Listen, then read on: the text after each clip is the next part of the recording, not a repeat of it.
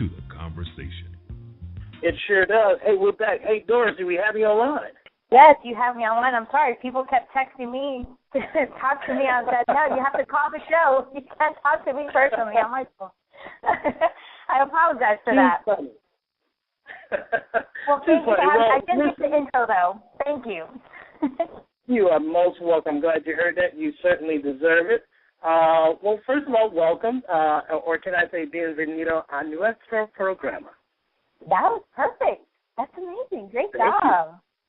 And second, I want to say much thanks to Miss Ayana Sky of iSky Entertainment for setting this thing up for us. I know I probably say this a lot, but she's doing some wonderful things out there, and she always brings us the best talent around. So thank you so much, and thank you to her. Yes. Yeah, she's a wonderful person. Great to have her on my team, and I'm sure she's listening right now. So.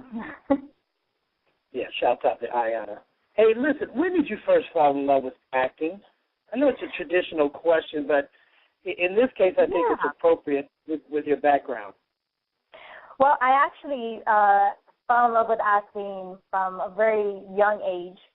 However, I did not pursue acting until 2006. I actually went to FIU, Florida International University, and I got my bachelor's in elementary education.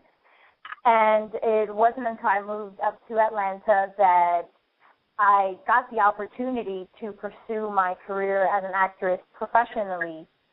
And that's when I hit the ground and started running, and I haven't looked back since. Wow, yeah, FIU, those are my old stomping grounds. I didn't go there, but in my brief attempt at acting when I was down at South Beach, I would do the Black Theater, the Black Box Theater. We did a couple of shows out. That was horrible, though, by the way. That's why I'm in radio now. But I love Miami.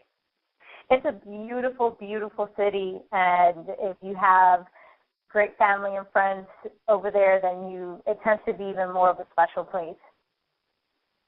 Now, did you have a natural talent you would think, or so? Did you find out it was important to take acting classes to develop your innate talent? I think that I obviously had some type of spark, because when I went into my acting coach's first class, Michael Cole, he saw something in me, and he immediately told me to give a call to my agency, or his agency at the time, which is my agency, Howlin' Talent, and he recommended me. He does not do that for a lot of people. So I think there was something there, but yes, practice makes perfect, and I strongly believe in acting classes because it's just like anything. The more you practice and the more you get to be around people with the same like-mindedness, you get to develop a little bit more and grow. Absolutely. I know we all have a plan, a roadmap for where we want to go, and in your case, the type of roles and the process of getting better and better. What type of roles do you find that you're getting now, and do they vary from, let's say, L.A. to the things you're landing in Atlanta?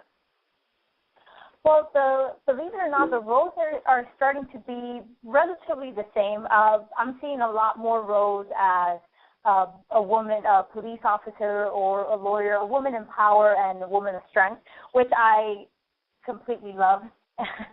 I hope that I get more and hopefully add some stunts in there where I can jump off a building or something like that. But I've been getting multiple roles like that, and it's definitely something that's helping me break out of that stereotype that some people had or have about Hispanic women. Even though I love getting the sexy roles, I am enjoying these new kick-ass roles where I'm taking charge and kicking butt and taking names. Well, you certainly are doing that. And you know, in the intro, we talked about mixing you with a combination of Selma Hayek and Jennifer Lopez. And, of course, I will say this, you are Doris Morgado. There's only one of you, and you're certainly going to carve your own niche.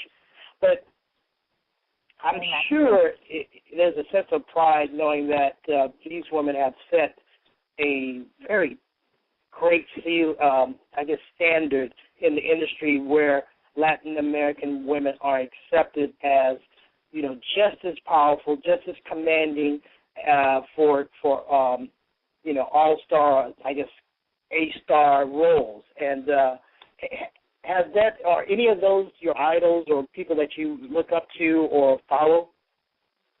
They are. It truly is an honor to be compared to them. Obviously, I am Doris Morgado, and I don't have a twin out there, but it's definitely an honor. These are women that opened up the doors for other Hispanic actors, and not just Hispanic actors, just women in general, because you see the roles that they take on, and not just the two of them, but like Angelina Jolie, another one of my favorite actresses as well, that you would not have seen maybe 40, 50 years ago.